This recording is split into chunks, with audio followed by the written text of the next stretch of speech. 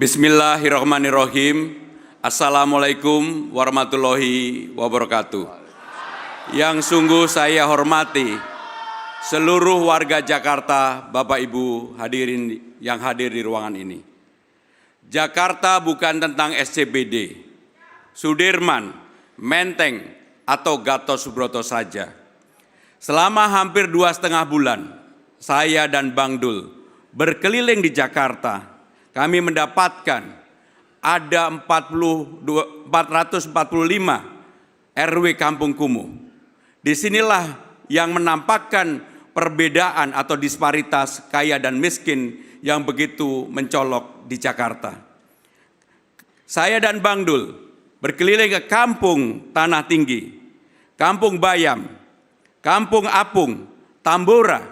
Di setiap kampung-kampung ini kami mendapatkan sanitasi yang sulit, orang tidur 1 hari dalam satu rumah dibagi menjadi 3 shift, dan kemudian juga banyak warga di Jakarta yang tidak pernah melihat matahari. Bagi saya dan Bang Dul, menata kampung bukan hanya sekedar menata itu kampungnya. Kumuhnya dihilangkan, kampungnya dipertahankan, dan orang masih bisa mencari makan di kampung tersebut. Saya dan Bang Dul berkomitmen, selain menata kampung, kami juga akan menyediakan hunian yang terjangkau bagi warga yang akan ditempatkan di tanah milik BUMD atau milik pemerintah Jakarta. Langit tanpa polusi, sanitasi bersih, dan lingkungan asri adalah hak bagi semua warga Jakarta. Ruang terbuka hijau sekarang ini 5,2%. Undang-undang mengatur 30%. Kami akan berusaha semaksimal mungkin agar ruang terbuka hijau ini bisa diraih dalam era kalau kami menjabat gubernur dan wakil gubernur Jakarta. Mangrove seawall akan kami lanjutkan. Sekarang ini yang menjadi tugas pemerintah Jakarta adalah kurang 11,1 km. Penambahan armada dan transportasi Jabodetabek berbasis listrik untuk penurunan emisi yang ada. Pasang alat monitor di cerobong asap dan filter udara. Kami akan memberikan sanksi bagi perusahaan yang tidak menuruti ini. Disiapkan bank sampah, warga bisa mengubah sampah menjadi uang. Taman-taman di Jakarta yang kurang lebih 1.527 yang selama ini hanya buka sampai dengan jam 6 sore, akan kami buka 24 jam. CCTV kita pasang, lampu kita pasang, PKL kita persilakan untuk berdagang dan akan kita atur secara tertib dan baik. Air bersih sekarang ini hanya 44% untuk warga Jakarta. Kami berdua, saya dan Bang Dul, kalau menjadi gubernur dan wakil gubernur, maka kami berjanji pada tahun 2009 akan 100% bisa dipenuhi seluruh air bersih bagi warga Jakarta. Untuk penanganan banjir, pasukan Orange akan bekerja lebih masif dan sumur resapan akan kita lanjutkan. Saya dan Bang Dul bukan atasan. Kita berdua akan menjadi pelayan bagi masyarakat Jakarta. Melayani dengan hati, tanpa gimmick, tanpa janji kosong. Kami berdua bekerja keras, mari kita buat Jakarta menyala. Terima kasih. Baik. Bismillahirrahmanirrahim. Assalamualaikum warahmatullahi wabarakatuh. Salam sejahtera, Om Swastiastu, Namo Buddhaya, salam kebajikan. Hadir lagi pasangan Ridwan Kamil Suswono, nomor urut 1 untuk Pilkada Jakarta. Salam sayang untuk Jakarta Timur sampai Barat, salam cinta untuk warga di Utara Selatan. Salam kasih untuk Jakarta Pusat dan Kepulauan Seribu di ujung sana.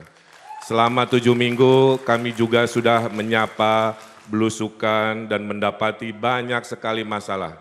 Kesimpulannya hanya satu, semua yang kita rasakan hari ini adalah akumulasi dari ketidakadilan tata ruang. Politik tata ruang, politik segregasi dari zaman kolonial, akibatnya kita rasakan hari ini. Maka tugas pasangan Ridho dengan segala inovasinya adalah mengadilkan kembali tidak harus selalu diatur oleh hukum pasar, tapi negara harus hadir. Saya hadir bersama Mbak Ade, ini adalah wajah dari generasi Gen Z, usia 21 tahun di Cilincing. Mbak Ade ini punya 2 anak, tidak mampu memiliki hunian yang layak. Mengubur mimpinya untuk punya hunian yang layak di Jakarta.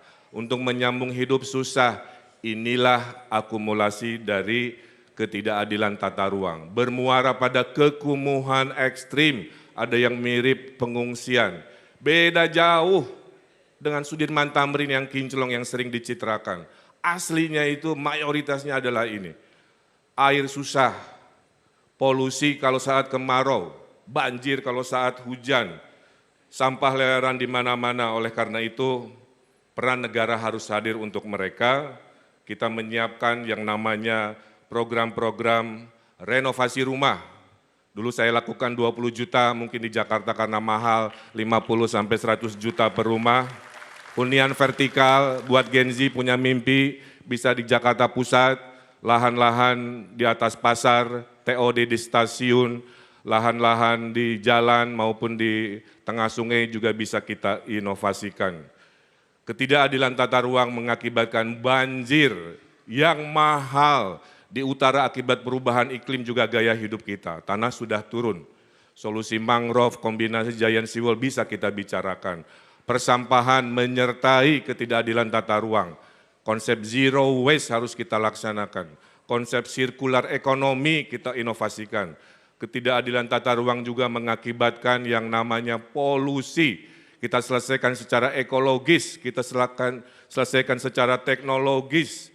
Dan jangan lupa, karena Jakarta semangat kota global, kita hadirkan ekonomi baru, ekonomi pusat bisnis disebarkan ke seluruh Jakarta, kemudian ekonomi, kawasan ekonomi khusus di utara, dan lain sebagainya menghasilkan 1 juta lapangan pekerjaan.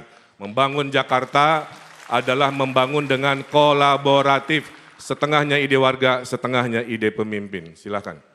Pengalaman adalah modal utama memimpin Jakarta. Pak Ridwan Kamil pernah menjadi wali kota, gubernur, dan penasehat gubernur DKI Jakarta semasa Pak Sutioso dan Pak Fauzi Bowo. Saya pernah jadi anggota DPR dan menteri. Dengan pengalaman ini, kami tidak perlu adaptasi lagi. Kami akan langsung kerja cepat dan senantiasa bangun kolaborasi dengan pemerintah pusat. Oleh karena itu, untuk pimpin Jakarta hanya ada satu solusi, yaitu pemimpin yang siap. Dan itu adalah Ridwan Kamil Suswono nomor 1. Assalamualaikum warahmatullahi wabarakatuh. Shalom, salam sejahtera bagi kita semua. Om Swastiastu, Namo Buddhaya, salam kebajikan, salam Pancasila. Jakarta aman mandiri karena indah adabnya. Program Adab Dharmakun menghadiahkan kepada rakyat Jakarta 10 aman dan 5 mandiri.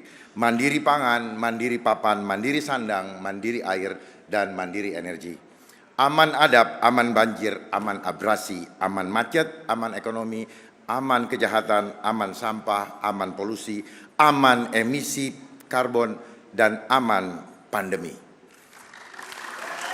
2 manfaatnya yang bakal diperoleh rakyat Jakarta dari program Dharmakun yaitu aman dan mandiri.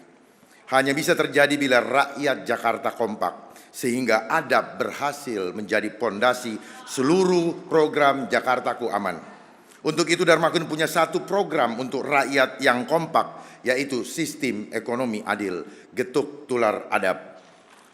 Aman adab adalah pondasi dari semua aman lain yang bakal dinikmati rakyat Jakarta. Namun yang perlu kita semua waspadai adalah potensi pandemi berikutnya. Karena kalau sampai terjadi, maka semua program 5 mandiri dan 10 program aman tak bakal ada.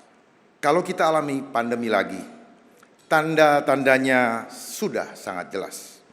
Anggaran sudah ada. WHO sudah amandemen International Health Regulation, memungkinkan potensi penggunaan bioweapon untuk membuat pandemi. Undang-undangnya pun sudah siap, yaitu Undang-Undang Kesehatan yang disahkan tahun 2023. dengan pidana denda 500 juta bagi yang menolak divaksin. Dan untuk perusahaan dendanya bahkan bisa sampai 50 miliar, pidana penjara, bahkan ada hukuman mati. Bagi yang paham, ini gong kematian bagi keamanan pengusaha Jakarta, karena memudahkan membuka potensi pemerasan masif bagi para pemilik perusahaan. Itu sebabnya saya sangat keras memperjuangkan hak tolak bagi rakyat, dan saya juga keras menolak terulangnya kembali pandemi sebagai strategi asing untuk menguasai kedaulatan suatu bangsa tanpa perlu biaya mahal untuk perang. Cukup dengan isu kesehatan seperti pandemi atau isu ekonomi seperti serbuan barang impor murah yang membunuh banyak pabrik kita. Jangan sampai ada ekonomi hancur, PHK, tak punya kerja dan makan gara-gara pandemi atau serbuan produk asing lainnya. Apabila diperkirakan kita masih berpotensi menghadapi resesi super berat pada tahun 2025 sampai 2030. Itu sebabnya sistem ekonomi adil, getuk tular adab harus segera dijalankan supaya rakyat tetap aman ekonominya walau dunia resesi. Tapi terpenting jangan ada pandemi lagi sebagai strategi asing menguasai kedaulatan suatu bangsa tanpa perlu biaya mahal untuk perang, cukup dengan isu kesehatan. Itu sebabnya saya membela dokter bangsa sendiri dari dokter asing. Saatnya semua dokter kita kompak. Rakyat juga akan saya ajak kompak bela dokter kita. Jangan kita terjebak oleh pihak yang ingin dokter kita terlihat jelek di mata dunia. Dokter kita banyak yang lebih jago dari asing. Tinggal pemertaan pengalaman dan kompak. Bahaya sekali bila ada pandemi. Masa kita percayakan dokter kepada dokter asing? Dokter asing hanya boleh mengajar, tak boleh praktek. Di sini stop impor dokter asing. Waktu habis, Bapak.